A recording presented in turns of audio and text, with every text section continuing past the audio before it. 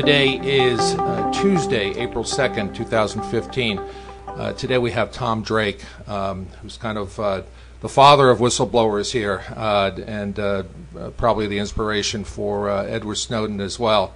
Tom Drake is a former senior executive at the National Security Agency, where he blew the whistle on massive multi-billion-dollar fraud, waste, and widespread violations of the rights of citizens through secret mass surveillance programs after 9/11.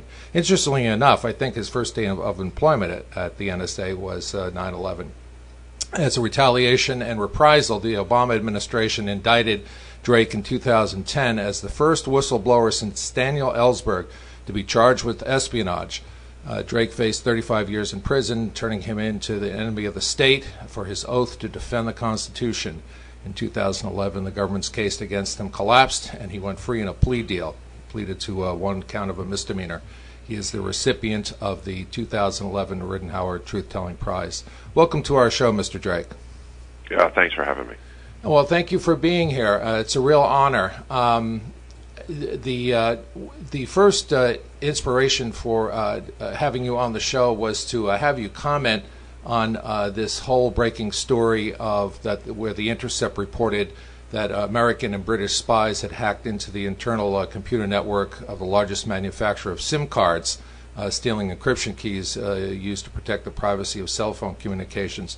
So before we get on to some of the bigger and more global issues, I was wondering if you had any comment on that hack that was perpetuated by this joint unit consisting of operatives from the NSA and its British counterpart, the Government Communication Headquarters, or the GCHQ. No surprise at all. Look, hundreds of millions of people use cell phones, and SIM cards have what's called over-the-air updates from the provider, the cell service provider. And having those keys, as well as other related information, essentially gives you the keys to the kingdom on an extraordinary percentage of people who use cell phones that use SIM cards, which is most of the world. I mean, you got two primary systems, the CDMA and GSM, and so I don't think people still fully appreciate that particular heist. It just shows you how far the surveillance regime is willing to go to compromise people on an extraordinarily vast scale. This has gone far beyond targeting real threats, which do exist. This is just mass surveillance, and any of those keys, the manufacturer, of course, has downplayed it because, in some ways, extraordinarily embarrassing, but also be a severe impact, on their profit model. But they are the world's largest manufacturer. They have many facilities across the world that make these cards, and the cards is what gives the phone its life in terms of, hey, here I am, this is the number, this is how you reach me. The over-the-air part, though, allows surreptitious updates, and it's assumed that the provider that's doing the over-the-air updates, some people, it's like momentary. You'll see the update come across. You have an update from a carrier, and you just say, okay. Well, if it's being done by somebody else or being done under the guise of, then they essentially own your phone. So unless you're using other forms of encryption, if you're using other forms of communication, when you're actually using the cell phone network, you're compromised. And that's true because cell phones don't authenticate the towers, but the towers authenticate the phones, correct? Yeah, I mean, it's a one-way authentication. It's assumed it's the trust model. The trust model is one way. I don't have a way of confirming. That's like Stingray system devices, which is very shadowy world in terms of the FBI and other government entities, basically fake cell towers. But the phone doesn't know it. The phone just says, "Oh, hi, here I am." And the tower is just always querying. So any cell phone that's within the footprint of that tower is going to get picked up and identified. Does possessing the key... You have to have specialized phones, black phones, and other things to even mask some of that. But the fact is, to even communicate, I mean, that's like it's like your mailbox. I mean, in some ways, I mean, I try to keep all this really simple because a lot of this is like hidden and virtual, and it's not like some nuclear cloud, mushroom cloud showing up in your backyard, right? It's not one of those obvious things, but it's like having your mailbox, out on the street or in your neighborhood. That's where you go to get your mail. So they know where your mail is. They know where the box is. But here, it's like it's always open. It doesn't matter. No matter what mail goes in there, we know what it is. So that's an excellent point, Tom. Possessing these keys not only sidesteps the need to get a warrant or a wiretap, but it also leaves no trace on the wireless provider's network that the communications were intercepted. Does the bulk key theft additionally enable intelligence agencies to unlock any previously encrypted communications that they had already intercepted but did not yet have the ability to decrypt? That depends. I mean, it depends on the encryption. It depends on how well it's protected.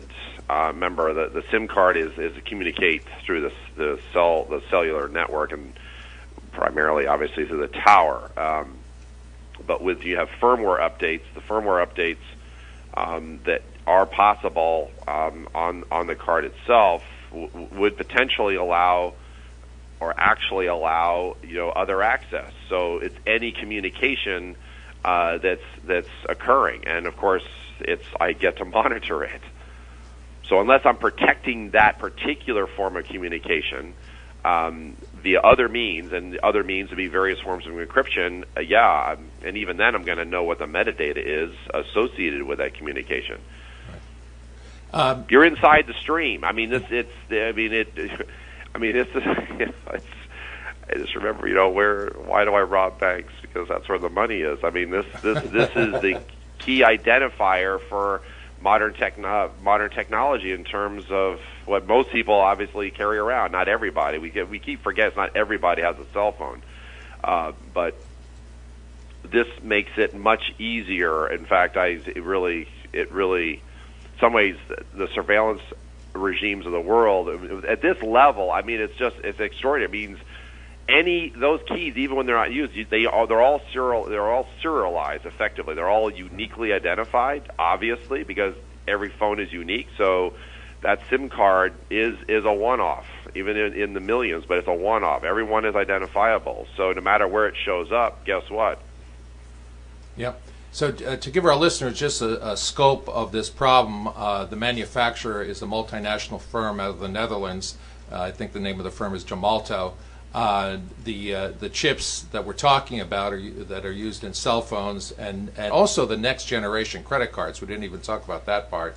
Well, there's a whole lot of you're touching on something. People sort of, news comes and goes. You get your 1 minute, not 15 minute or even 5 minute. Maybe you get your 1 minute highlight, and there are all kinds of other SIM cards. The SIM cards, when we talk about cards, go far beyond just phones. People also forget there's a whole lot of other devices, including modems, including built into computers, or the little cards you plug into the side, or your tablets. Many of those can be used for communication across cellular or equivalent networks. Right. All those require keys. So what do we do now? I mean, if you were Gemalto, where would you go? I mean, how would you defeat this? I personally would have. I would have canceled all those keys. That's what I would have done. I would have gone fully public. I would have sucked it up and just said, sorry, all of these keys. We believe that this is the range of keys that were compromised, and they would have just published the list and would have put the alert out: do not use these keys. And they didn't. What did they do? They basically did a PR response. It wasn't as bad. Blah blah blah. Our systems were this is all going on without their knowledge. Okay. Yeah. I understand if you're a major corporation that you're not going to fess up to that your security was compromised.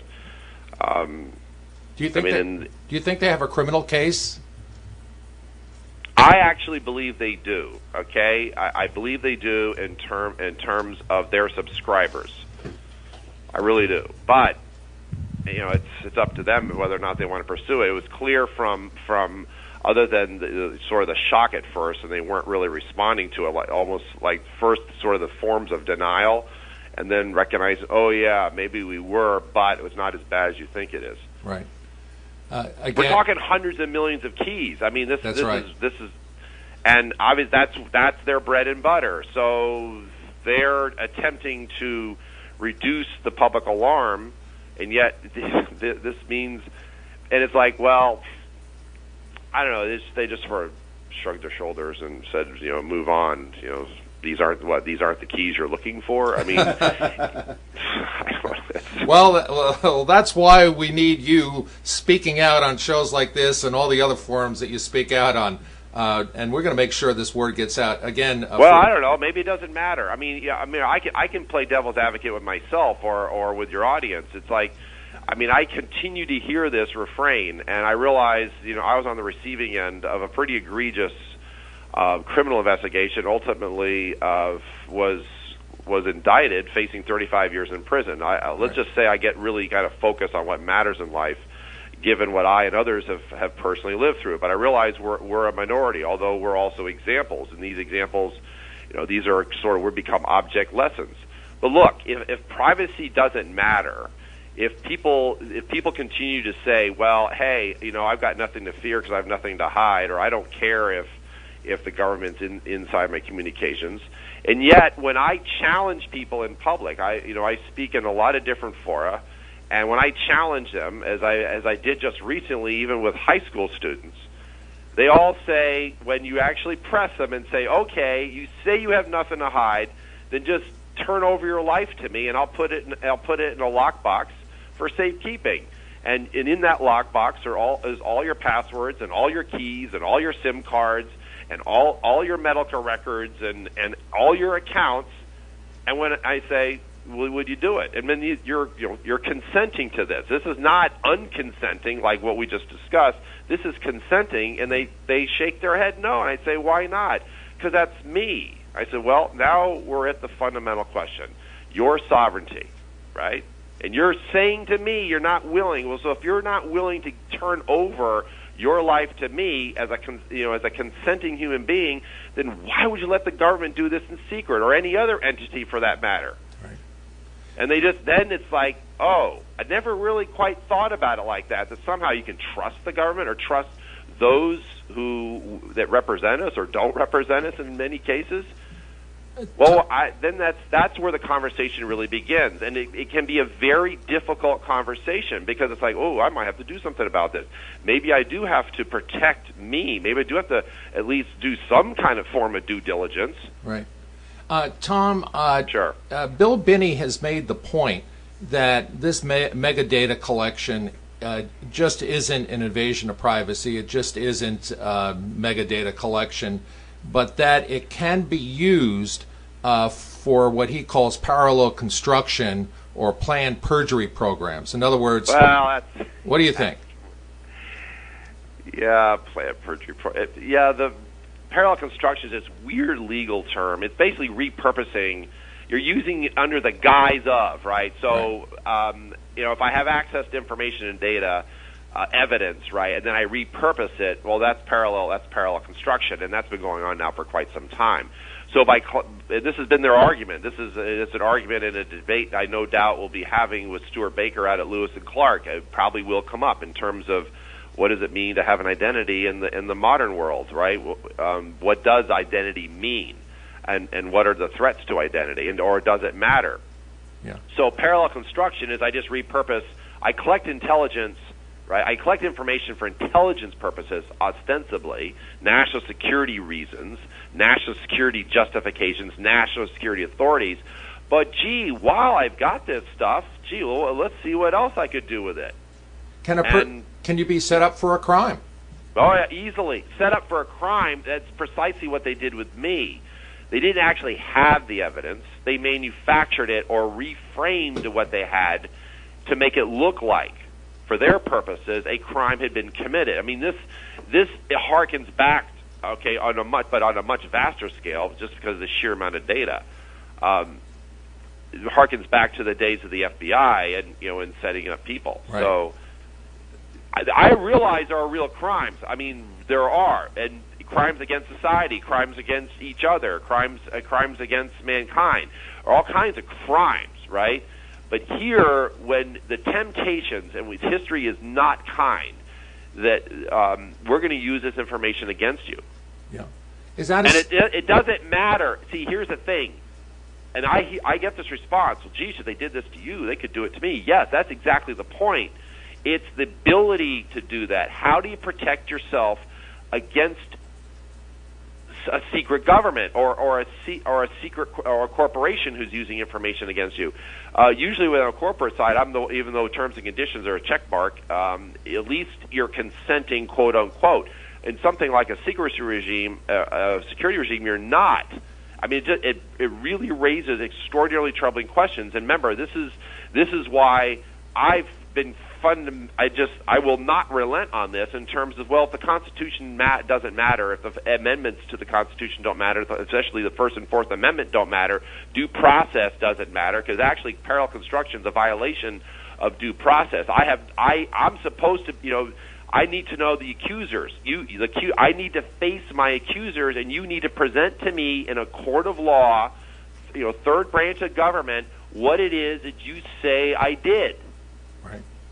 I don't have that option. And if you're reframing it, I don't even know what the basis for your charge is, because you're hiding it, because that's national security, that's secret, that's executive privilege, state secrets privilege. You don't have the right to see it.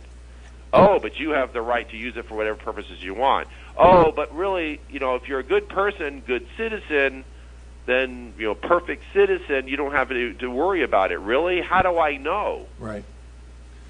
If you say there's nothing to hide, then why are you hiding this from the citizenry? If you say that all this is necessary for public safety, if you say this is all necessary to protect the nation, why are you operating in such extraordinarily deep secrecy with respect to these programs? Or why, after the exposure start happening, right, then you turn around and then go to extraordinary lengths, like the U.S. government did, to pass Enabling Act legislation that makes quote-unquote legal, or at least provides legal cover for the things in which were illegal. Right. How, just for our audience, and just for a short history lesson here, how and why did the government's case against you collapse? In the end, they are unable to prevail with their primary charges, and the primary charges were this egregious use of the 1917 World War I era Espionage Act. I mean, they had turned me into a spy, and the spy equivalent. And the judge, the tribunal, this is all pretrial proceedings right up until the eve of the scheduled public trial, effectively collapsed. And there was just a very small window. That small window was the Thursday prior to the scheduled public trial. That was Monday. That was going to be in June of 2011. I was able, on my terms, to negotiate a plea deal, in which they dropped all of the felony counts, all 10 of them, and I pled out to a minor misdemeanor for exceeding authorized use of computer, which I had already acknowledged them a long time ago, but that was part of my whistleblowing. Right. Well, let's talk about whistleblowing in general. I had developed some questions with a couple of friends, and I think it's important to get a guy like you on the record, because what you have to say is important. So I sent you some of these questions earlier. What else would you say about whistleblowing and whistleblowers that hasn't yet been said in documentaries like Citizen4, interviews, articles, and books? What have we missed about whistleblowers and whistleblowing in general? Most people have a very uncomfortable, I have to say this, I mean, I've got to acknowledge that people are not many people, I'll just say many people are not comfortable with those who blow the whistle, because it's essentially holding up the mirror to ourselves. Whether it's inside a corporation, whether it's inside government, or Daniel Ellsberg is considered the modern really father of whistleblowers, the Pentagon Papers fame, an era in which I grew up as a very young adult, young teenager, seeing that all unfold during the 1970s. It makes us really uncomfortable. It makes us confront hard truths. And in the case of Ellsberg, it was the bright and shining lie of Vietnam. So much had been invested by this country and all the sacrifice that people had a really hard time believing would the government go that far, would the government actually lie that much about its foreign policy. Well, the fact is it did. And in some cases that was just the beginning. But with all the social upheaval and all the protests and everything else during that period, with an extraordinary period in our own history, it was uncomfortable to confront those truths. We now recognize Ellsberg as extraordinarily courageous, extraordinarily brave. He himself faced 115 years in prison. In fact, he actually went to trial, of course, and they got tossed because of prosecutorial misconduct. So whistleblowers but also in terms of history, are crucial. And I'm going to just give you one example, just one example from before the United States became the United States, and yet was no doubt one of the key triggers in the colony saying enough is enough. And that, guess who I consider to be the very first whistleblower was Benjamin in U.S. history. Was Benjamin Franklin, and he was the assistant postmaster general. He was living in London at the time, and let's just say because he's assistant postmaster general, was brought to his attention. I'm smiling. Brought to his attention a piece of mail that had gone to the governor of Massachusetts, and guess what? That it had come from the Crown, and Crown is basically saying, "Oh yeah, we have all these rights here, in the Crown, but those colonists, they don't have the same rights."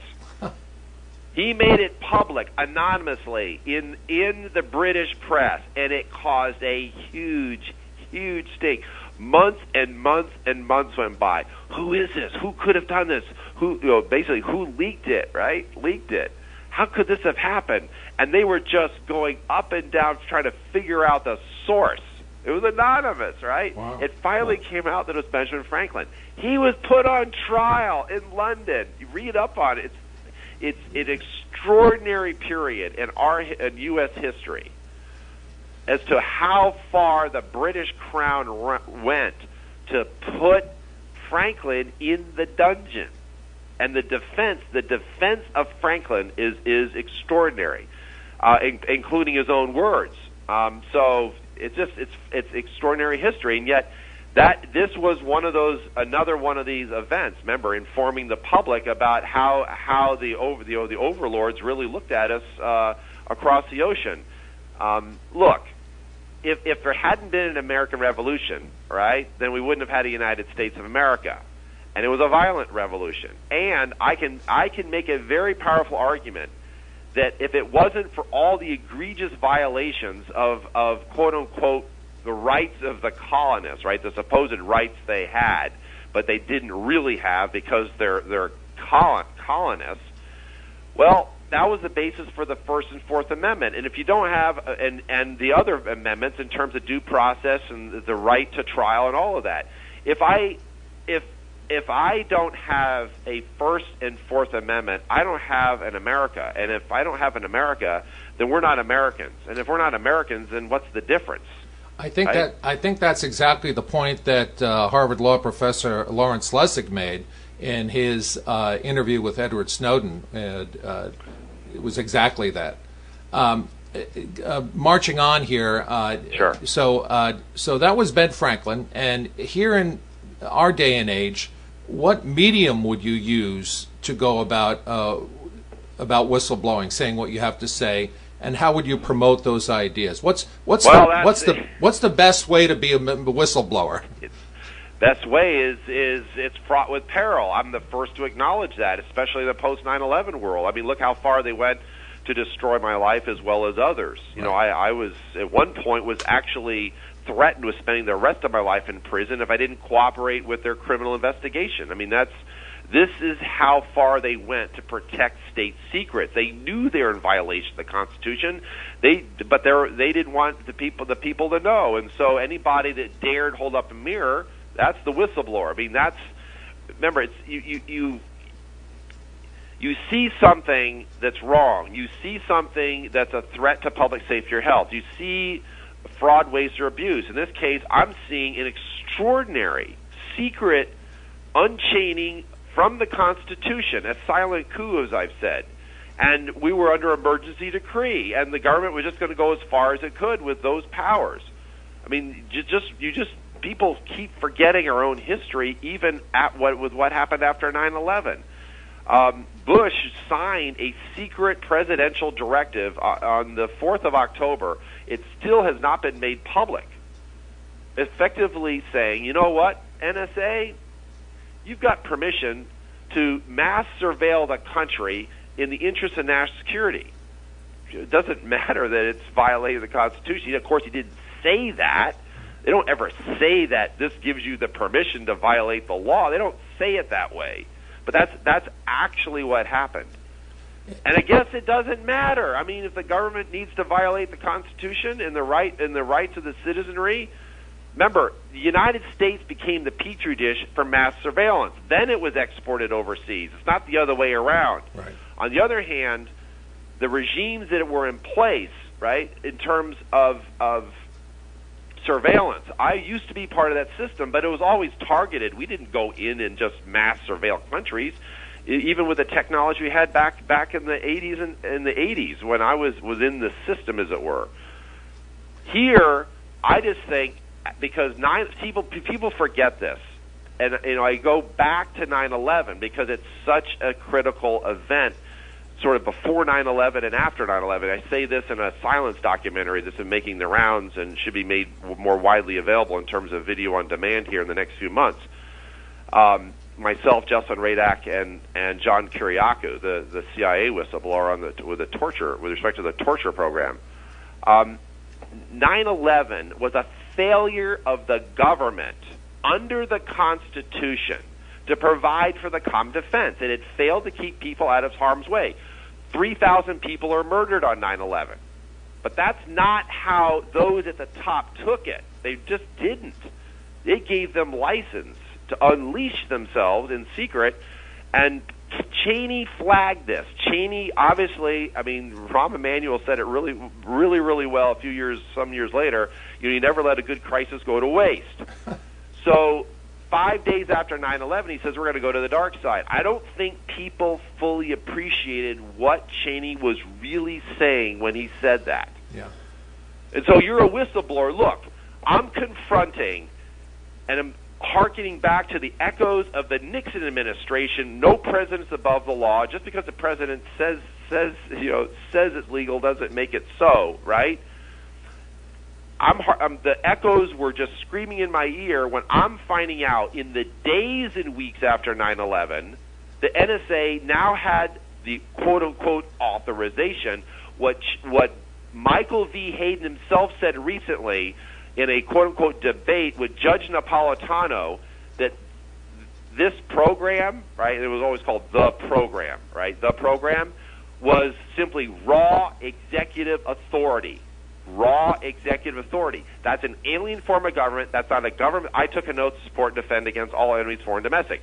I'm now confronting that the direct threat is my own government. Right. But 9/11 was the excuse that gave them to say, hey, who cares about all that stuff? Right. So you're a whistleblower. What do? I mean, say, before you become a whistleblower, I'm confronted by the stark reality that my own government is an abject violation of the Constitution in secret. And it's being covered up in secret. What do? I'm not the one that gave the orders. I'm not the one that was part of the program. I'm not the one that authorized it. I'm not the president or the vice president, and I'm not General Michael V. Hayden. What do? I decided I was going to say something. So you're right about all of this. It's a bitch. So most people don't. Look, Ellsberg has said this. I've talked extensively with Ellsberg and other whistleblowers. Right. Most people see it, may notice it, but say, hey, I'm not going to say nothing to nobody. Right. So here's my because it affects my life. Look, yes, people, Abraham's Maslow hierarchy of needs, right? look, I've got a job, I got a house, I've got bills to pay. Right. Why would I jeopardize my entire life to expose wrongdoing that someone else committed? Right. Russ Tice told us on this show he was looking for work. He's been blackballed. So here's the thing, Tom. What are the critical things that are missing in building support for whistleblowers, both within the national intelligence community and with the public? What's missing? How do you build that support for whistleblowers? Well, I say build it. You're almost asking if there is no support. As a result of a lot of this, all right, there is much more support than there ever was in the past. Okay, is it sufficient? I mean, part of this is how do you ensure that a whistleblower is even able to live after they blow the whistle, or in the case of like John Kiriakou, he actually ultimately ended up in prison. He was facing many more years. He ended up in a plea deal. He's got small children, so. But he's, as I still do, has extraordinary legal bills and is in severe debt. So it's the support networks. It's organizations that and there are coalitions that do exist. Is it as good as it should be? No.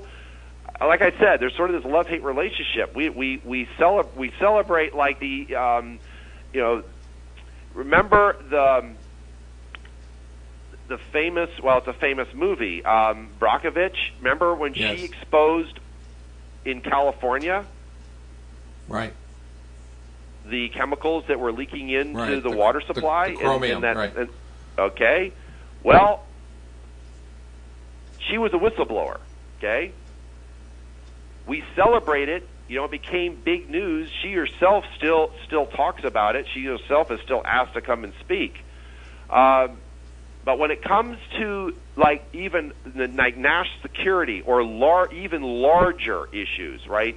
Larger issues that have a much greater impact, but it's not as visible to people. It's because it's sort of not in my backyard, it's not in my neighborhood. I can't see it, so I can't touch it. I can't feel it. I can't smell it. Then it's someone else's problem. And is the best way to be a whistleblower to use an interlocutor like the National Whistleblower Center or WikiLeaks or Expose Facts? It depends. I mean, in this arena, it's extremely dangerous. It still is to take on the powers that be, the elite, the establishment, the highest levels of the status quo. Remember, this kind of power doesn't like it when you hold up a mirror to itself. It does not, especially if you were once part of the system. How dare you expose us? And the genuflecting response is, we're going to punish you and punish you good. I tell people, and this is where there are coalitions emerging, but you've got to have proper legal representation, right? You've got to have a trusted lawyers that can represent you. On the other hand, I attempted that, like some of the best attorney law firms in the country, and there was individual attorneys that would represent me because I was facing, we're talking 1 to 3 million, right? Mm-hmm. And they said, nope, I can't because my firm says they're going to represent me pro bono. And these are large law firms that have pro bono practices. They said, you'll have to leave the firm to represent Mr. Drake. And then it's like, why? Well, we have a government and contractor clients be a conflict of interest.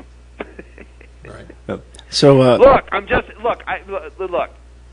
It's easy to go after people that aren't connected. It's easy. I mean, the hypocrisy is extraordinary. Look what happened to Petraeus. Look what happened. Look at Brennan. Look at Panetta. Okay. Look at people like Alexander, the former head of NSA. They can go out and talk all kinds of stuff. They can even sell secrets for profit. Right. What I knew from the inside, I'm going to come out and I'm going to repackage it and sell it for a really pretty price.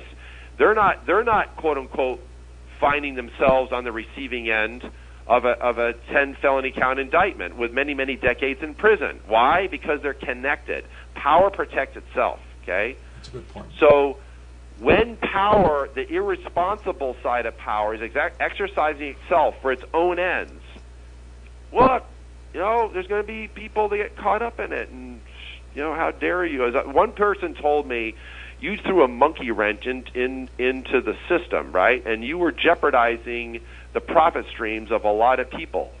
They had to punish you. It's as simple as that, Tom. Pure economics. So, how did you see the ethical dilemmas related to your whistleblowing? There was no ethical dilemma because I took an oath to support and defend the Constitution. All right. It's that simple.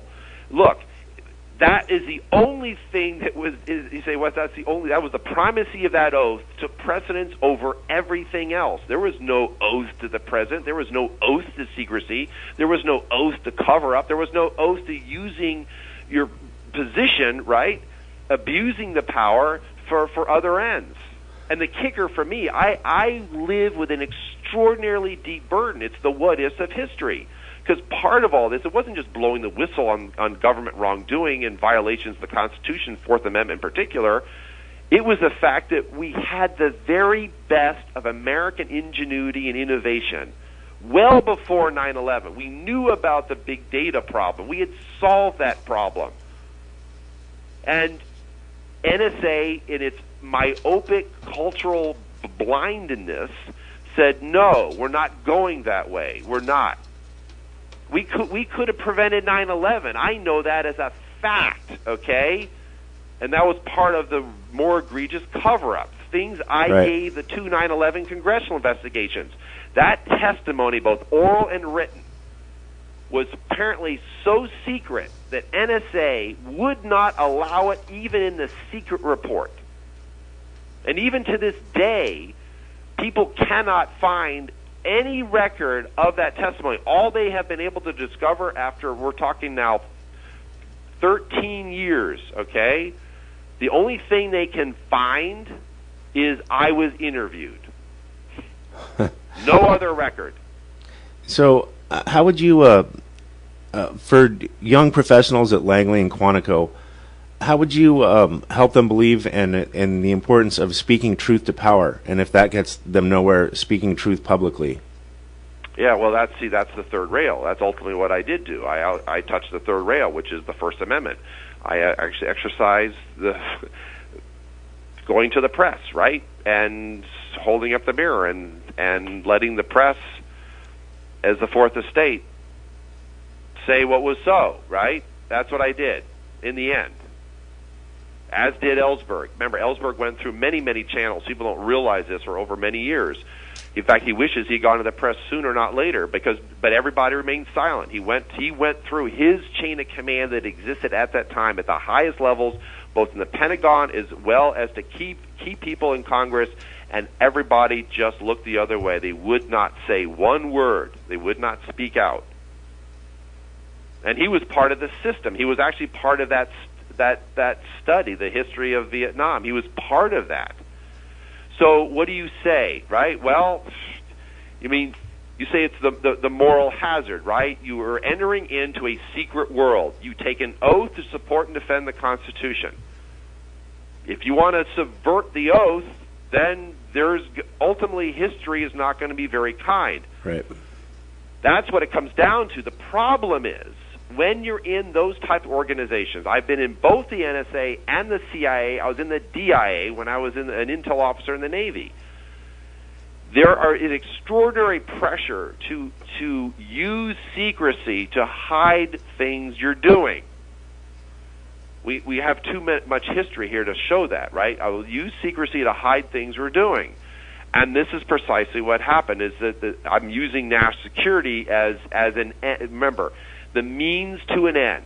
So the whole thing of national security, right, becomes my justification to do all manner of things. Well, hey, if I can get away with it, it's sort of the Colonel Cathcart defense in Catch-22, the famous, parody satire. Who's going to stop us now? We have all this power. Who's going to stop us now? Well, I don't know.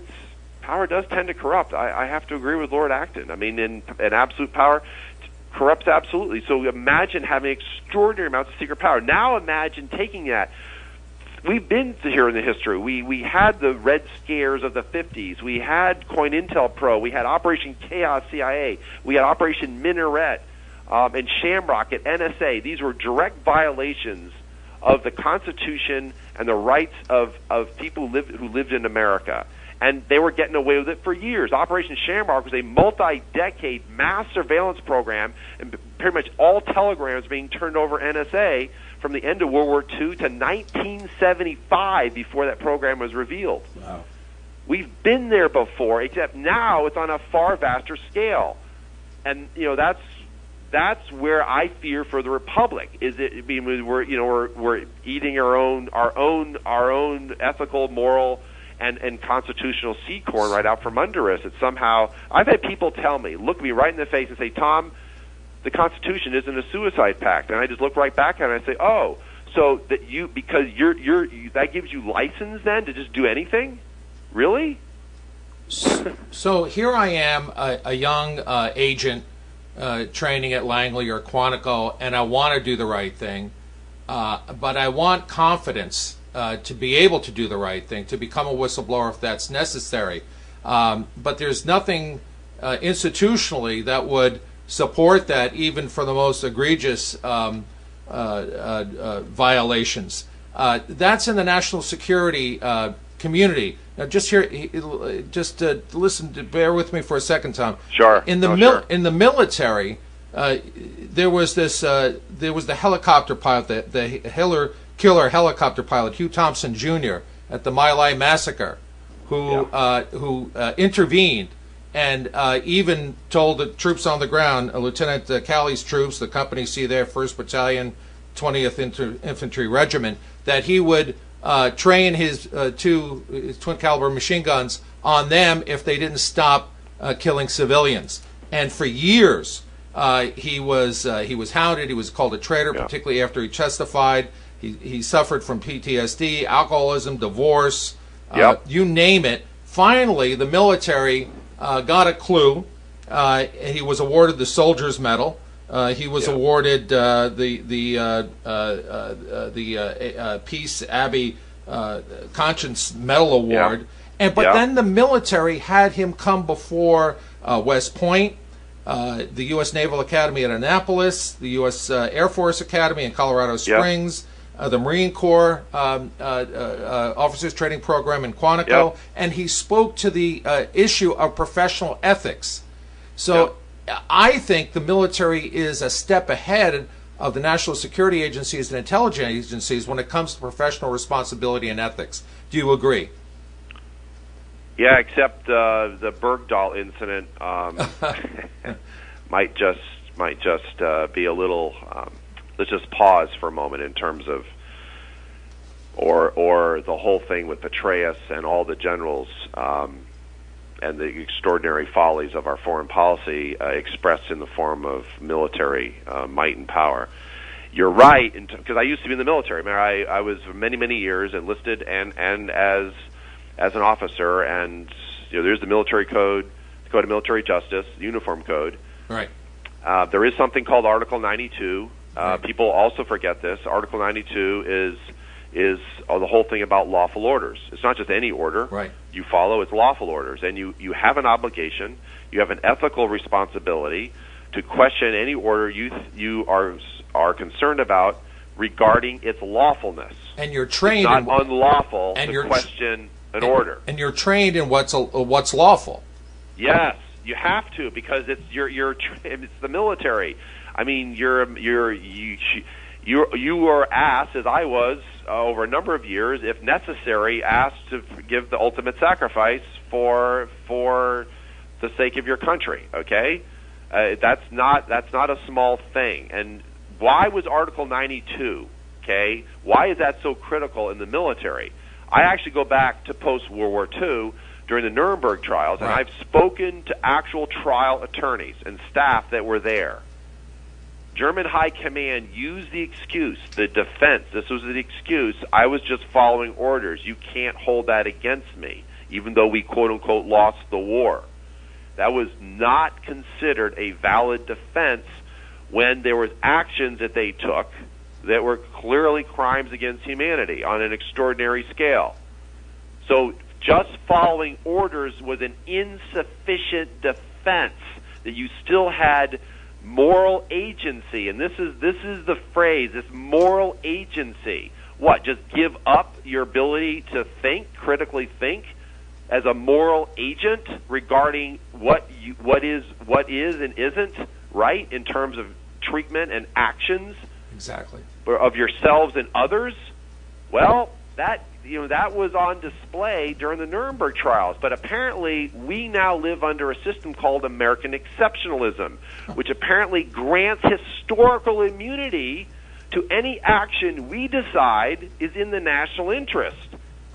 Again, ends justifies the means. So even if the means are in violation, right, it's because we get away with it because we have this exceptionalism clause that allows us to do so. That is moral bankruptcy of the system to say that. We're not immune from history at all. We're no more an exception to history than any other empire that's come and gone. So again, I'm a young agent sitting at Langley or Quantico in a trading program, and I'm wrestling with this whole issue of Tom Drake and Edward Snowden and doing the right thing. How can I be supported by my employer? Do you think that these young agents need a curriculum that's focused on professional ethics and responsibility, just like there is in the military with regard to what's a lawful order? I'm trying not to be too cynical, okay? People talk about reform. I believe they're beyond reform. They really are. I mean, I'm not going to mince words at all. I'm really not. Okay, I use every system that existed on paper. I went to the classes. We had ethics classes. We had called a hotline, which is the whistleblower hotline. They had all of this, right? And yet when I used the system to blow the whistle on an institution that was in abject violation of the law, engaged in multi-billion-dollar fraud of American taxpayers' money, and is covering up critical intelligence that it knew it had, didn't share with National Command authorities, or had kept covered or buried or didn't know it had, although it had collected it, regarding 9/11, pre- and post-9/11 intelligence, and then I'm exposed, and they hounded me for years and went through all kinds of retaliation for many, many years, well before I ever considered going to the press, mind you. Well, then where's the betrayal? The system itself was set up to simply, a troublemaker. They're calling the hotline. That's a troublemaker. Watch out for them. That means the system has corrupted itself. Right. So where are you left? In terms of my moral agency, I then went outside of NSA, meaning outside of NSA within the government, to go to the overseers, the oversight committees, and others to tell them what was going on inside NSA. NSA didn't like that. They actually said, they warned me. I was pulled aside by my immediate supervisor, the number 3 person at NSA, the head of the Signals Intelligence Directorate, was warned in no uncertain terms, be careful. They're looking for leakers. Not leakers to the press, leakers to congressional investigators. Right.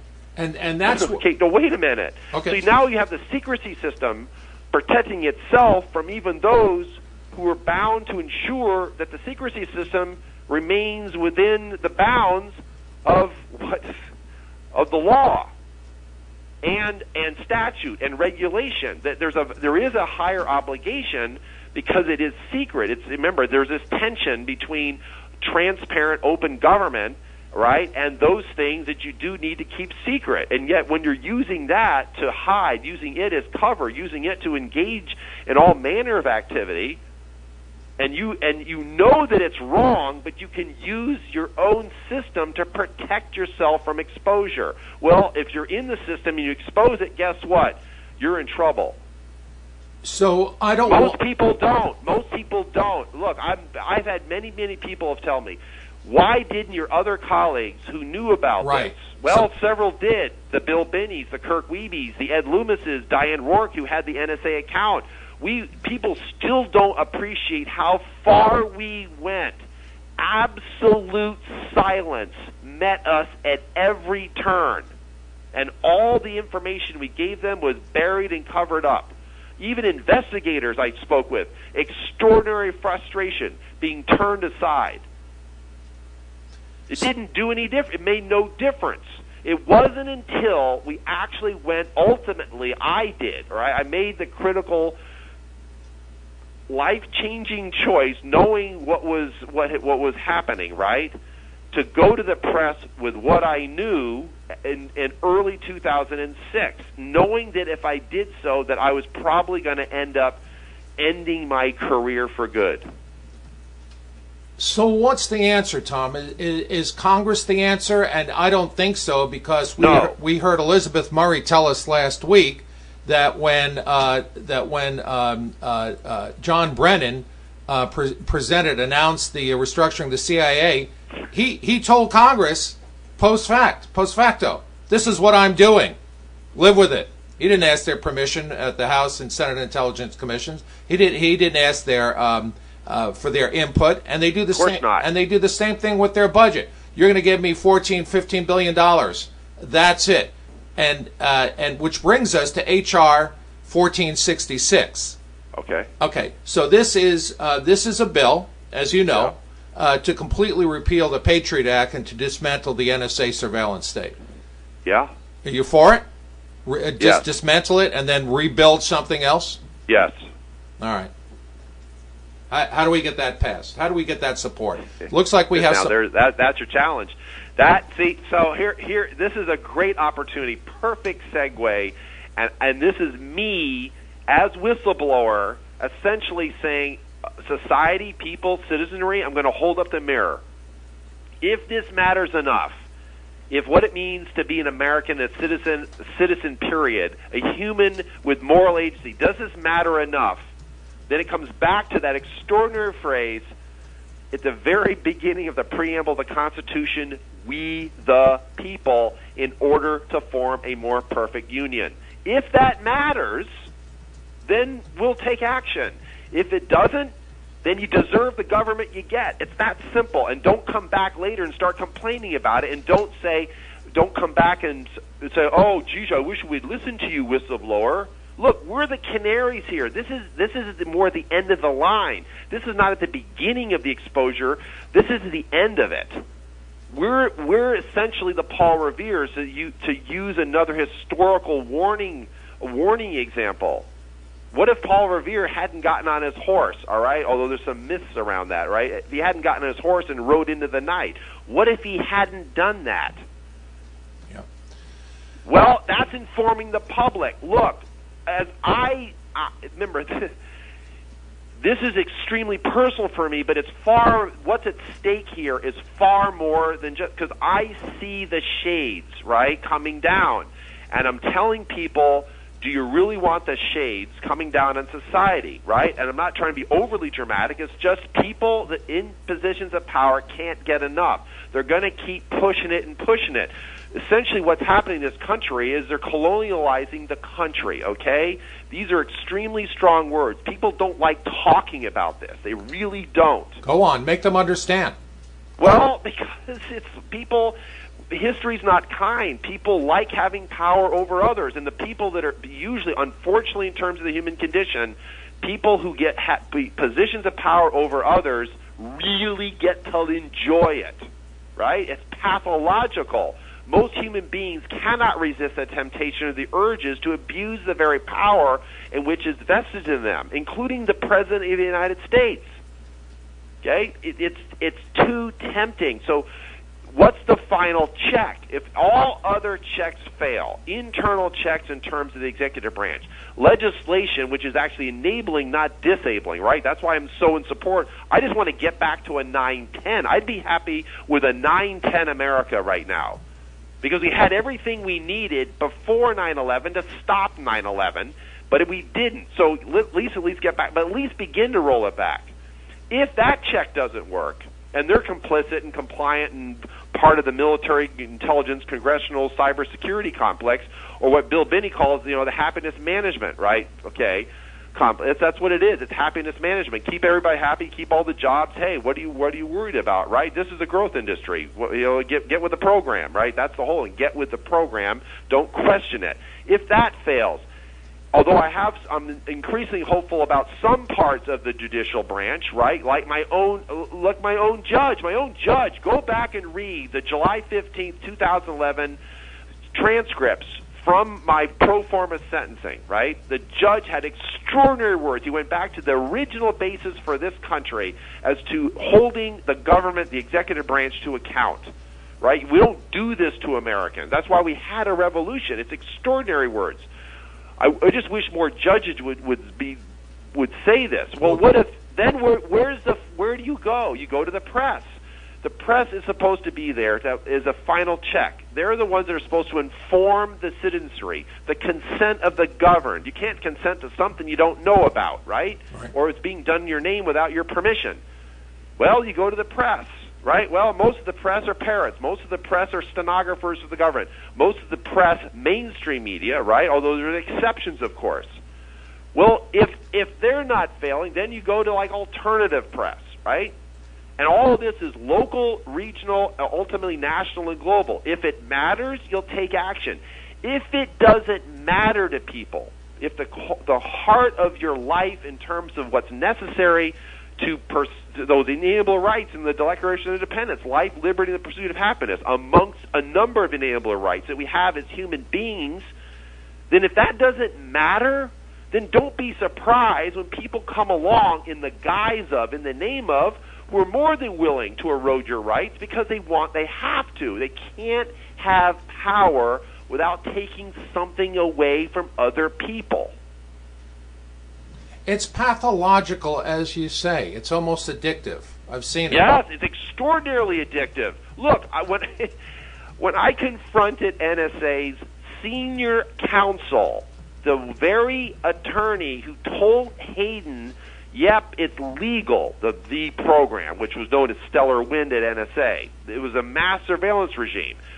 Still not fully revealed in spite of all the Snowden disclosures. I keep saying this to people, and most people still don't listen. I mean, in spite of the Snowden disclosures, there's still more stuff. Yes, there is. People don't yet fully appreciate how far U.S. electronic society has been penetrated by the United States government in secret, in cooperation with all kinds of telcos and service providers. Still to this day, okay? So I confront that general counsel, right? I confront him. I said, what are we doing violating the Constitution? He said, you don't understand, Mr. Drake. And these were the most chilling of words I have heard, that I heard right after 9/11. He says, everything is different now. Quote, we live in exigent conditions. Extraordinary means are necessary to deal with the threat. And I looked at him, I said, including violating the Fourth Amendment of the Constitution? He says, well, hey, we just need the data. You don't understand. We just need the data. We don't know where the threats are. So you're willing to violate the Fourth Amendment to do so. And then I looked at him. I said, wait a minute. You're in violation of the very act, the Foreign Intelligence Surveillance Act, which is Fourth Amendment's probable cause standard, right, to quote-unquote violate the rights of a U.S. person. And if that law is insufficient to meet the needs of national security, based on what happened on 9/11, then go back to Congress. That's the mechanism that you go to change law. We have a mechanism. Law is not static. And he looked at me and he said, if we do that, they'll say no. They say no. So you're making up law yourself. Yeah. That's why I said the government in secret staged a silent coup against the Constitution. It unchained itself and gave itself license under the fiat of national security to do whatever it felt it needed to do. And that is literally militarizing this entire space. I'm the commander-in-chief. The world is the battlefield. Get used to it. And we've had guests on the program who have argued that these privacy violations and mega data collections and on and on and on and on are really not for the purpose of preventing terrorism. It's not counterterrorism. They hand this stuff over to law enforcement, and we're going in the direction of a police state. Precisely. And so, as Bill Binney has said and others have said, I've said it in various ways, it's the equivalent of virtual turnkey tyranny behind the scenes.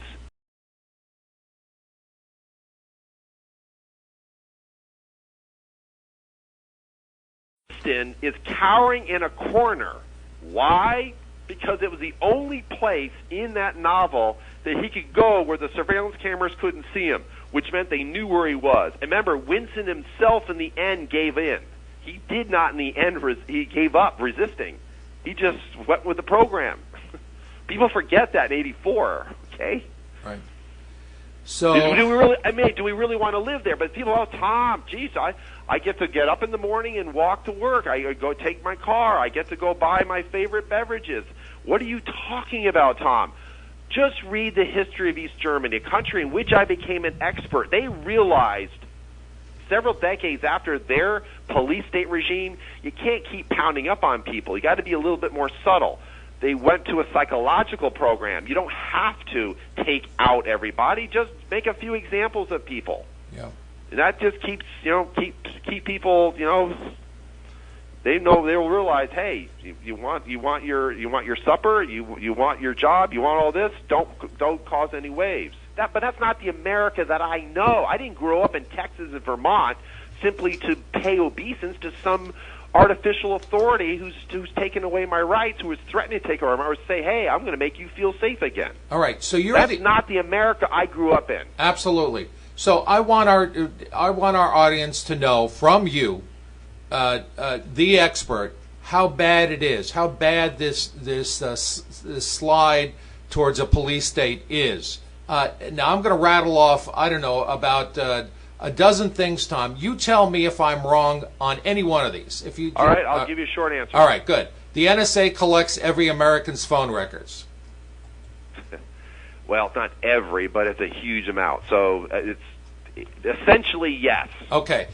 2, the prison program lets the NSA access private user data on leading online services. Yes, although there are some, there's some qualifiers, but yes. So that would include Microsoft, Yahoo, Google, Facebook, Paltalk, YouTube, Skype, AOL, Apple, you name it. Number 3, the NSA engages in offensive hacking operations, something called the tailored access operations. Yeah, I was intimately familiar with that program in terms of what were real threats and on a foreign scale, but yes, it was greatly expanded after 9/11. Right. Yep. So it was intended for high-value targets. Now the NSA has got a large library of exploits and allowing it to hack into a wide variety. Because they can. Because they can. All right, good. So, I mean, we're getting you on record. You're the expert. I'm not. You're the expert witness. Number 4, the NSA taps long-distance Internet connections. Yes. All right. Number 5, the NSA intercepted data flowing within Google and Yahoo data centers. Yes, and in partnership with others. Five Eyes, people forget about the Five Eyes. Remember, it's an extraordinary array. It was set up after World War II, but yes. Yes, and when you for our listeners, when you log into Gmail, you see a lock icon indicating that communications between your computer and Google's server is protected by encryption. But guess what? Not encrypted. All right. So just as a quick aside, these companies themselves are now having to push back in part because their model, their corporate model, is in fact under some threat from subscribers who are now increasingly demanding at least some modicum of protection. And maybe along with H.R. 1466, that's where some hope lies. Look at the letter that was actually signed by a number of the key companies in Silicon Valley and elsewhere, pushing back. Right there, you go. That's it. All right. I have some hope. Okay, it's not like I wouldn't have accepted your invitation to come on your program if I didn't have hope. I have a lot more confidence in the citizen than many other fellow citizens do. Right. Number 6, Tom. The NSA has spied on foreign leaders. Yeah, but I'll smile because that's been done for decades. Right. And that's foreign intelligence. Look, there is a legitimate mission. If they can get away with spying on a foreign leader, fine. Except if it's Angela Merkel, do you really want to go there at the risk of a key ally? That's part of the challenge. But hey, foreign intelligence is foreign intelligence. I've just said we're all foreigners now. Yeah. My sources tell me that at least 35 world leaders have been targeted by the NSA, including Brazilian. It's probably actually more than that. Okay. And including Brazilian president. Well, it is more than that. I mean, I just say it's more than that, but yes, from what's been revealed, active programs, yes, but it's pretty much any foreign leader because they're foreign. Well, right now, as I'm speaking with you, I'm looking at some documentary evidence that the NSA has filed on Brazilian President Dilma Rousseff and Mexican President. Yeah, and by the way, see, this is the thing, it goes on far beyond foreign intelligence. People forget that you can repurpose this. Look, right. If I have access to top-level strategy sessions and decisions before they're made or as they're made, guess what? I get extraordinary advantages when I negotiate. Economic, diplomatic, finance, right. Military, all of that. This is the sort of the game of the ages. I mean, information is the currency of power, okay? Yep. The other documentary evidence that I'm looking at right now is the NSA spying on Mexican President Enrique Peña Nieto. Some would say he deserves it. Okay, I'm just... All right? All right. Number 7, the NSA spies on millions of ordinary people overseas. Actually, yes, this is another thing. I've confronted people on this. Tom, citizens, we have rights as U.S. citizens, but they don't. I'm saying, wait a minute, you treat a fellow human being differently just because they're non-American? Really? What about their laws? What about their rights? Okay, even in their own country, under their constitution or their form of government, where it exists. That brings us to number 8, Tom. The NSA has tracked cell phone locations around the world, including collecting... Actually, yes. There's 5 billion records per day. Yeah, that's... yes. It's extraordinary. Look, it's the biggest surveillance program the world has ever seen. All right, number 9, from just in the decade from 2001 to 2011, the NSA has collected vast amounts of data about Americans' internet usage. Yeah, one of the things I actually blew the whistle on internally. It was one of the 4 pillars of mass surveillance, internet usage, data mining. It was one of those pillars. Right. So that, again... And not just NSA. When you say NSA, it got to be a little... It's not just NSA. There's a whole lot of this is actually enabled in direct partnership with the FBI, okay? Well, like I said, this is not about counterterrorism. This is about this is about a police state and social control. Social is the control. Bottom line in any form of a police state, whether it's virtual or real. And so this program of the NSA collecting data on what websites your user browser browsed, they say that that program operated for only 2 years under President Obama, but was shut down in 2011. Do you believe him? Yes, I believe him under that part of that program, but there's other programs, quote unquote, other authorities that also give them access. Remember, right. You never have just one program. Right. Exactly. People forget this. Yes, they could. Yes, you could parse. Oh yeah, under this program is shut down. There are other authorities. Right. You build. Well, have one when you can do 2 at twice the price. Well, you build redundancy. Yeah, that was the famous line in Contact. Yes. Yes. It's the first rule. Okay, it's like one of the first rules. Yeah. All right, number 10. The NSA has undermined the security of encryption products over the last decade. The NSA. This is an area I wish more people would focus on. I've said this for years. I confronted those investigators with this fact.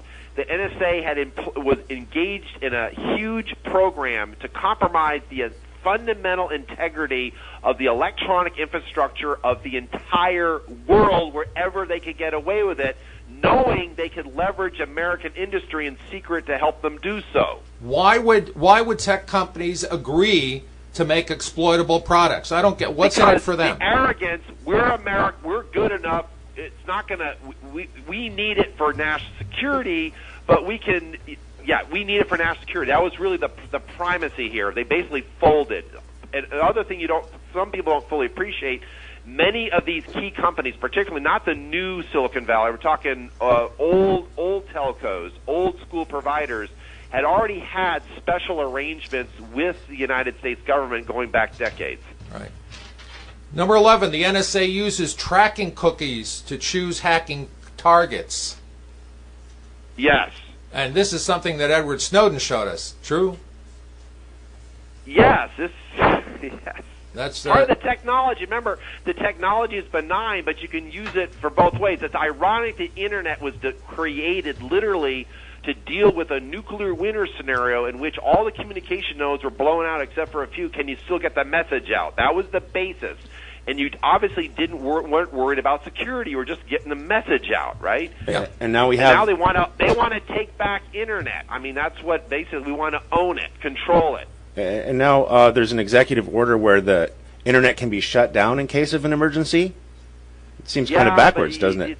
Remember, see, people, you just touched on something: emergency decrees, executive orders, national emergencies. This is the secret authorizing decree, fiat government of the executive branch. Most people don't fully appreciate it. It's outside of the Constitution. It's a corruption, a massive abuse of the Article 2 powers that are given to the president as commander-in-chief.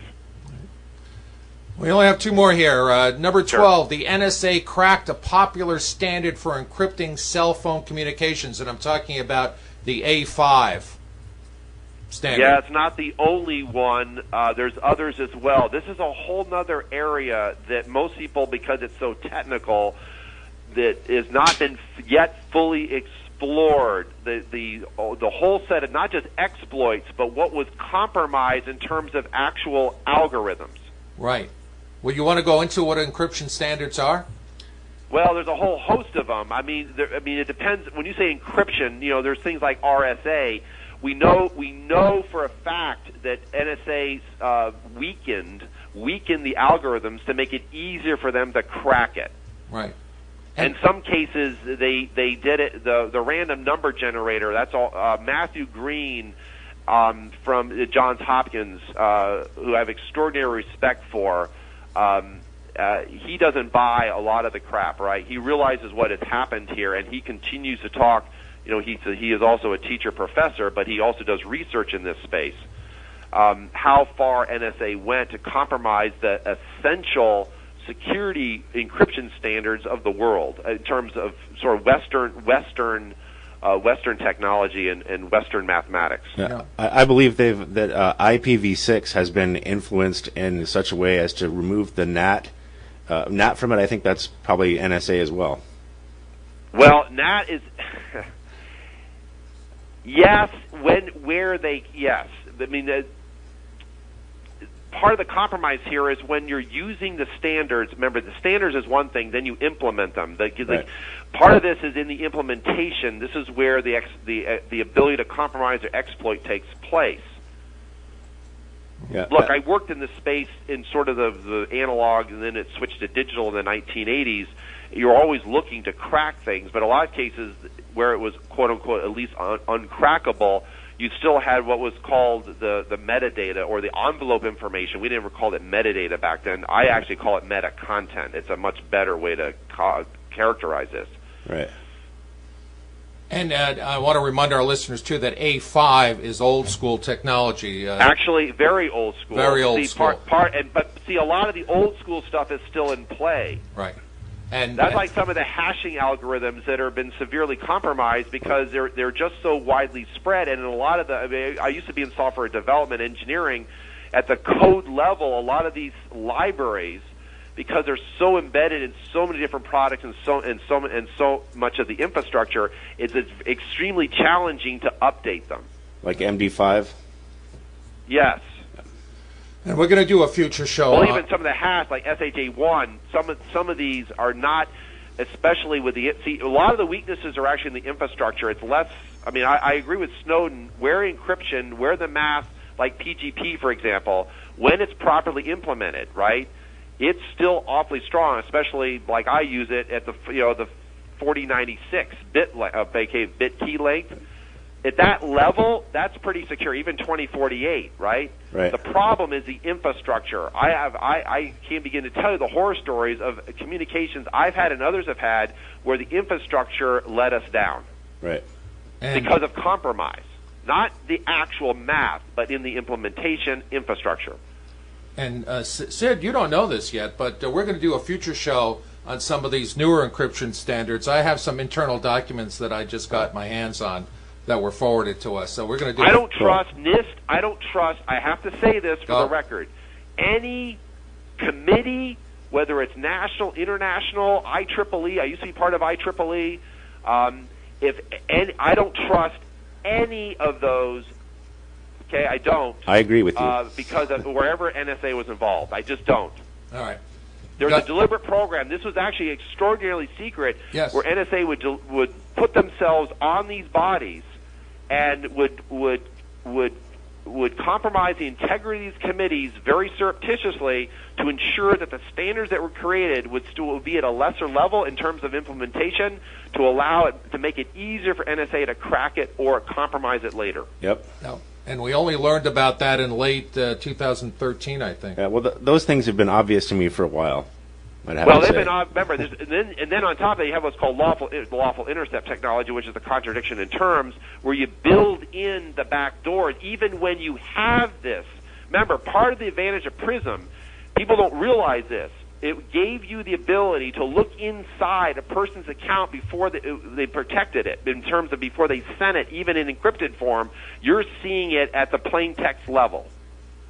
And that was one of the advantages. You have essentially, effectively, the equivalent of a backdoor that the provider gives you, whether it's direct or indirect. And there's been some depending on who it is, what the level is, or someone that's basically on station that allows that type of access or root access to the database or the equivalent. Well, if I'm inside your account while you're typing, right, typing a message before you click the lock button or send it out encrypted in whatever form it is, right? Whether it's it's voice encrypted, right? With those protocols, whether it's PGP or if it's OTR or any of the others, I'm seeing it before it goes out. Guess what? Yeah. I don't even have to bother with trying to decrypt it because I actually see it. You see it, right. All right, we got the last thing we want to get you on the record on, and then we'll ask you one question. Sure. And let you go. We're so grateful that you've given us so much time, Tom. And well. we will edit this. We will YouTube it, post it to Public Radio Exchange for the other NPR affiliates, and to Radio for All for the Pacific. I'm just happy that you're practicing the First Amendment. What can I say? Well, we're practicing it with you. That's right. And your colleagues, man, they've all been great. And we're going to seek funding, foundation funding, to bring you folks together. And Sure. I was naive enough to think, I was not cynical enough to think that I couldn't develop a training program or a curriculum for young agents. But we'll talk about that some other time. So this is the last thing I wanted to get you Sure. on the record on. So this is the 13th and last thing.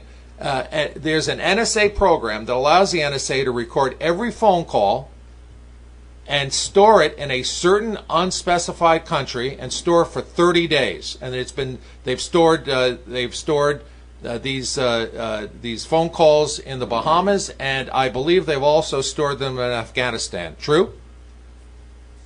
Yes. There you go. Yes. Again, foreign intelligence, okay? So remember, I'll be the first to tell you there are legitimate foreign intelligence needs, purposes, all of that. They're real threats, okay? Having said that, do you have to actually take it all to know anything? And this is you going into this surveillance regime as opposed to a targeted intercept regime. Right. When you do that, all you do is create a massive haystack. You're just like the hoarder shows. You just keep stuffing more and more. That's why you have to keep building bigger and bigger facilities to store more and more. That means you effectively turn every straw into a needle, which means there are no needles. It becomes really hard to find a needle, and you assume, for the purposes of mass surveillance, that any straw might be a needle. Right. And that all this is dumped in a place like the Bahamas for 30 days. That's incredible. Right. That's in part, that dumping is partly a constraint on the technology. The extraordinary breakthroughs in storage over the last number of years. I can literally stick a terabyte of information on my thumbnail, okay? And that's just for starters. What we're talking about is the ability to essentially collect pretty much everything that's available electronically where I gain access or have access or when it's given to me, and then keep it. And this is kind of like the Minority Report. I then can go back in time to find crimes or find patterns or profile when it becomes necessary for other purposes, right, including political. Why did the Stasi, I have to say this because I became an expert in East Germany during the time I was there in the Air Force during the latter years of the Cold War. They kept extraordinary records on practically everybody in the country and beyond where they had their programs. Why? They were obsessed with knowing everything. Remember, to know everything. That was their motto, the Stasi, and they used it for other purposes. What are the other purposes? Social control, blackmail. We know something about you in secret that even you don't know. We can use that against you. See, that's going to be the new title, the new name for our show, To Know Everything. To know everything? Yeah. But it's a pathological obsession. Yeah, it is. I mean, it's OCD-ish. It really is. You know, that's a good point. It's a compulsive thing. Remember, we just need the data. Part of this I get was because of the failure of 9/11. In part, it accelerated the obsession. Oh my gosh, we missed stuff. We need more. And if we have a spectacular failure like the Boston Marathon bombers, guess what? That's just an excuse. We still need more because we didn't have enough. Obviously, if we just get enough data, we'll be able to know it all. And somehow, if we get to know it all, we can know anything about anybody at any time, anywhere. Really? But let's make sure that we let some things go by so we can get more funding, because we cannot solve the problem we were created to solve. Well, how about that for cynicism? that was a little cynic on my part. Say something about that. You know, doing the same thing equivalent over and over again and expecting a different result is a form of insanity. Yes. But this is big bucks. This is power. We got to get back to sort of the cult of national security. This has become a state religion. I'm really concerned about this, that somehow we can't question it. You question it, we're going to excommunicate you. There are very, really, really, really disturbing parallels here, okay? I mean, I had the opportunity to have to say this. I mean, because it's like, wow, the parallels. The documentary that played on HBO, Going Clear, on Scientology. Uh-huh. Oh my gosh! I know, right? Wow. Well, just take. I mean, that's just this church with quote unquote 50,000 followers, right? Right. And the last thing I'm going to do is simply be an obedient follower who just genuflects at whatever national security says it needs. And if I question it, then I'm what? I'm a traitor. I'm not a patriot. I'm committing treason because I would dare question the great lords of national security. Really? Yeah. This is extraordinary power. But I realize people in these are not going to give this up willingly. You've seen what Brennan has said. You know, Brennan. People don't fully. Brennan is sort of is Obama's shadow Dick Cheney. He really is in so many different ways. He's reorganizing CIA because he wants more control. It's that simple. Right. What do you think of some of his infrastructure changes and the shift now towards cyber? Well, it's a new frontier. I mean, this is some of us, Bill Binney, myself, and others have said this. This is like the new frontier. We virtualize it all. Yeah. And it's sort of this maddening obsession with technology. Somehow the technology is going to solve it for us, but we have to own it. We need to control it. We need to be there. I mean, Hayden flagged this. Hayden himself, former director of NSA and the CIA, right. He early on flagged this. We just need to own the internet. He basically said we need to have this persistent presence no matter what is going on, this sensing system, right? Well, it's a sensing surveillance system, and I need the access to do that. And everybody wants in on this game. I mean, it's funny. Even I find it somewhat comical, having played in that system for so many years, seeing all the various intelligence agencies, departments vying for each other. They're vying with Congress. Me too, me too. I want my own program. I want my own surveillance. I want my own stuff. I mean, because it's this. I want to have it, right? If I don't have it, if I don't have my little hoard or big hoard, then geez, it's not. It's I don't. Then I. It's not. I'm. It's not. It's not. I need it for my identity. I need it so I have value. It's pathological. I mean, it's just this obsession. Where's all this stuff coming from, right? Where is this really keeping us secure? So, I mean, what is security? See, you get into this identity, security. Who are we? Right. So what is their purpose? What's the purpose of national security? The Constitution says what it is in terms of history. We provide for the common defense. That's the open question that society, we the people, I believe, really must fundamentally answer is what is the common defense? What is the general welfare? Those are the two principal responsibilities of the quote-unquote central government to provide. What does that mean? Well, history shows how that developed, how it evolved for all of its faults, foibles, and all the challenges we had, including the Civil War, okay, where a president suspended habeas corpus unilaterally, although Congress, under the suspension clause, is the only part of the branch of government that can even do that, right? Well, now, when the executive branch gets to effectively suspend the Constitution, what does that mean for us?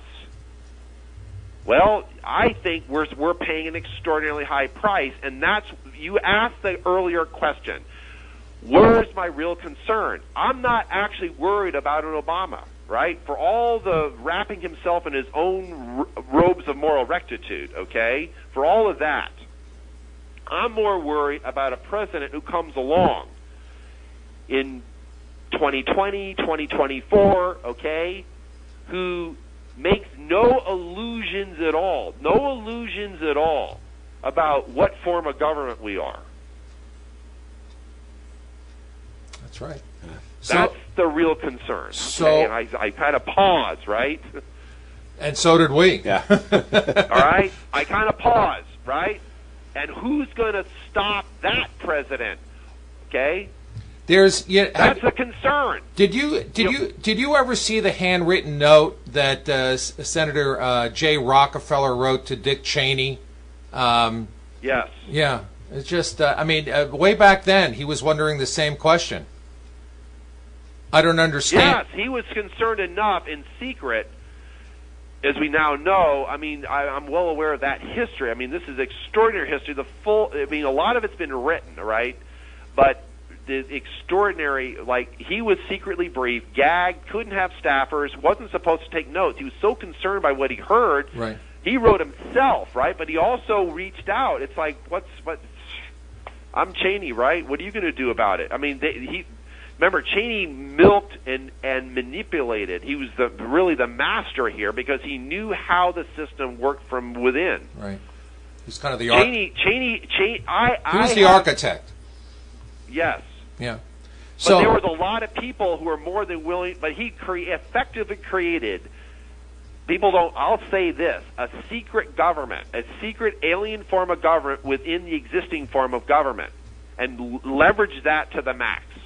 Do you know John Kennedy warned about that in a speech at the Waldorf Astoria Hotel? Yeah, I cited that speech recently in a forum in which I was at a prep school in Texas, San Antonio recently, and I actually during the debate we had an ACLU staffer, we had EPIC, and we had one of the military Air Force a colonel heads up one of the cyber.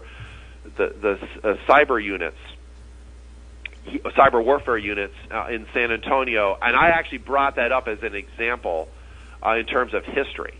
That particular speech, because it's extraordinary forewarning in part. It's chilling to the country. It's chilling, and yes. And for our listeners, it was in April 1961, I think, that he made this speech. At the Waldorf Astoria Hotel to the National Association of Newspaper Publishers, and he warns of a government within a government, a secret government, secret society. I mean, explicitly, And yeah, it was quite explicit. And remember, he had just become president, and remember, just a few months earlier, you had the farewell speech from the outgoing president, Eisenhower. Right. Which didn't get a whole lot of press back then, right? And this was at about the time, incidentally, that I won't go down that rabbit hole, but it was about the time that Israel was starting its nuclear weapons program, and there were elements in our government that wanted to assist in that, and I believe that's what Kennedy was referring to by the secret government, the government within a government. And he was very explicit. He didn't say it will exist. He says it exists, and I'm going to do everything in my power to fight it. I believe he sensed, in terms of history, that if a secret government persists inside the existing one, something has to give. And what happens, it becomes a metastasizing cancer, and it just will overwhelm and take over the constitutional form of government. That's the direct threat from within to the republic. It's not the external threats. Remember, even you go back and listen to Madison's and the Washingtons and the others, they will actually warn the nation, even in the late 18th, very early 19th century, regarding what happens when you project foreign follies, right? That the existential threat that's out there, and then but meanwhile, guess what? You're compromising at home. Right. And now the means to do so, right? The means to do so from within the country becomes you have a much greater capacity. So here's my final question, Tom, and I want you to offer us some hope.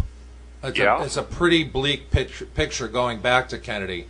How can such collective advocacy by you, Snowden, Binney, Wiebe, and all the others who have given so much for our country and who have suffered so much, how can your collective advocacy be used for the greatest impact, for the greatest good? Well, you know what Margaret Mead said, never us the power of a few people, right? To paraphrase her, because that's been, the real changes. I mean, look, Martin Luther King talked about, the arc of history, right? Does bend toward justice. And I realize that it doesn't uniformly bend toward justice, that it takes jigs and jags. In some cases, it appears to be standing still.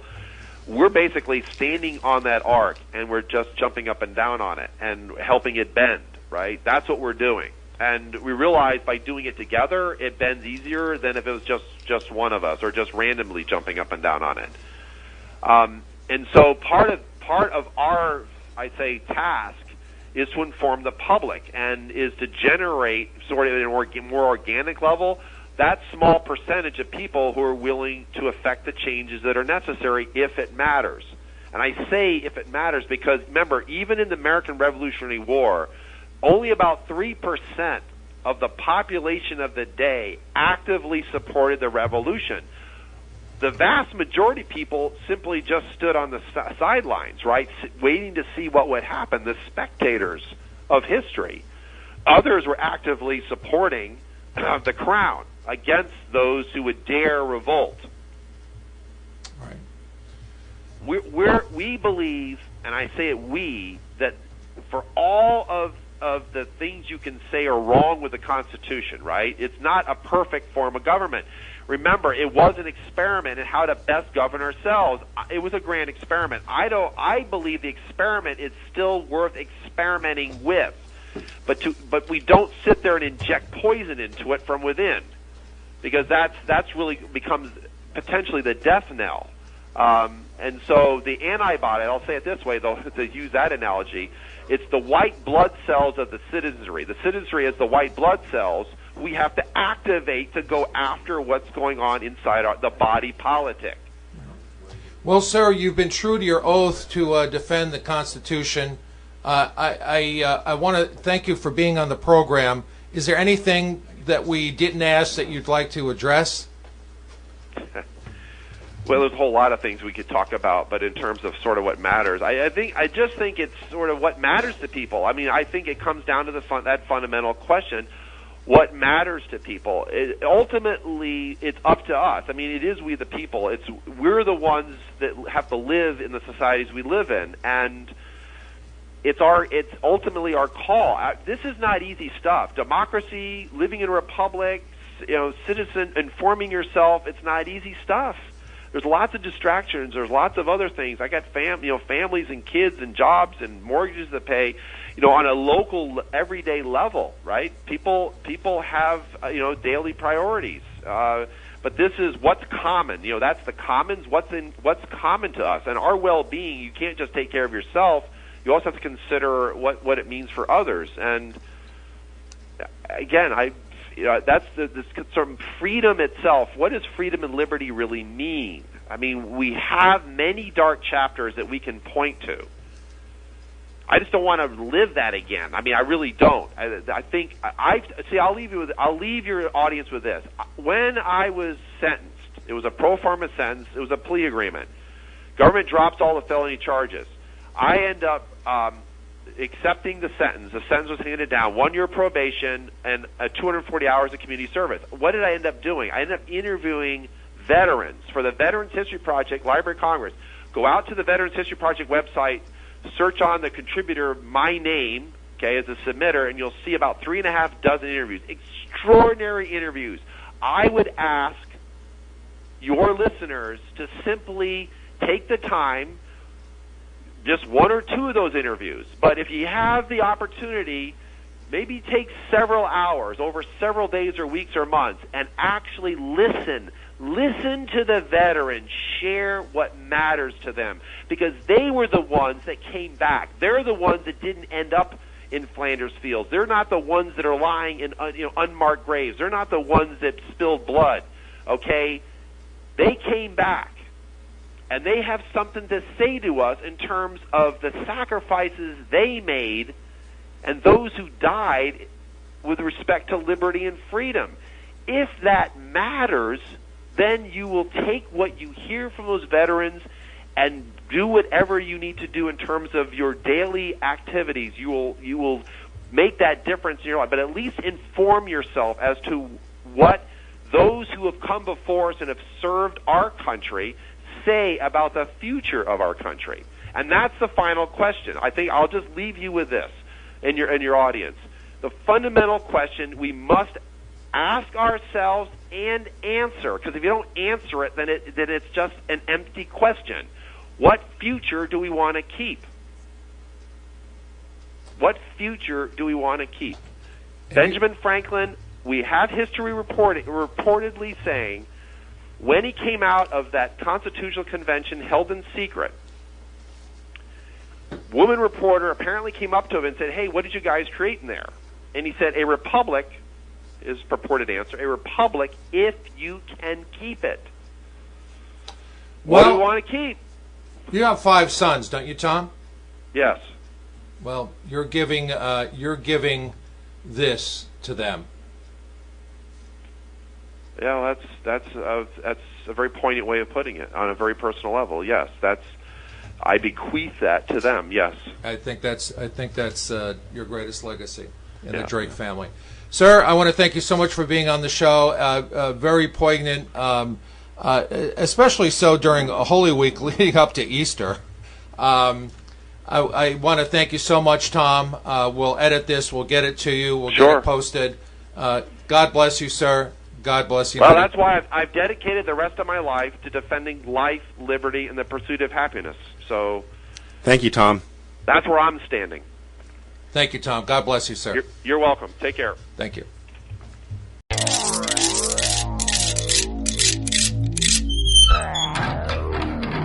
And instead of talking, we're going to do something about it.